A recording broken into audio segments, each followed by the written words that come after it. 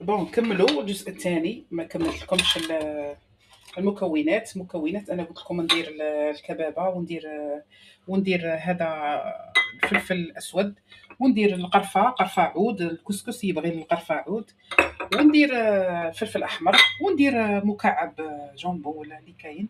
انا نبغي نزيده للبنه فقط.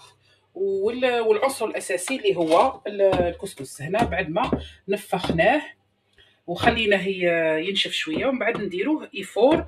اللي بغي يديره يفور تفويره خضراء مره واحده، واللي بغي زوج، اللي بغي كل مره وكيفاش. ونبداو على بركه الله. نجيبوا الطاجين تاعنا ولا الكيكوطه ولا اي حاجه، ونديروا بسم الله. نديروا الدجاج يتقلى. هو الاول قلوا الدجاج تاعنا، والطماطم ما ننسوش ثاني طماطم.